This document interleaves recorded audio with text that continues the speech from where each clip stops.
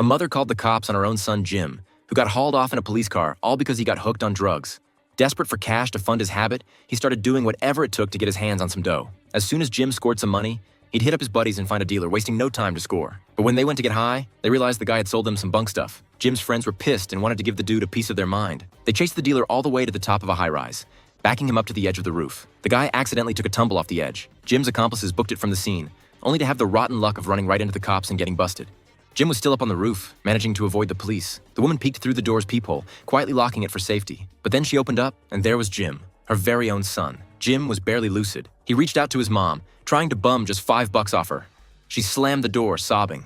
Out in the hall, a powerless Jim raged. Turns out, ever since he got hooked, he'd been hounding his family nonstop for money until his mom finally kicked him out. She threw out his basketball trophies, which used to be his pride and joy. Now he just tossed them in the garbage.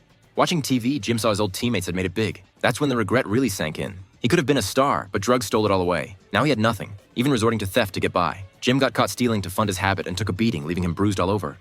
Luckily, he met a kind soul. Danny took him in. Finding out about Jim's addiction from his diary, Danny locked him in a room to detox. The drugs had Jim looking like hell, but with Danny's support, he made it through the worst. However, as soon as Danny stepped out, Jim took off. The movie is called The Basketball Diaries. I can only share this snippet due to copyright, but if you're intrigued, definitely check out the full film.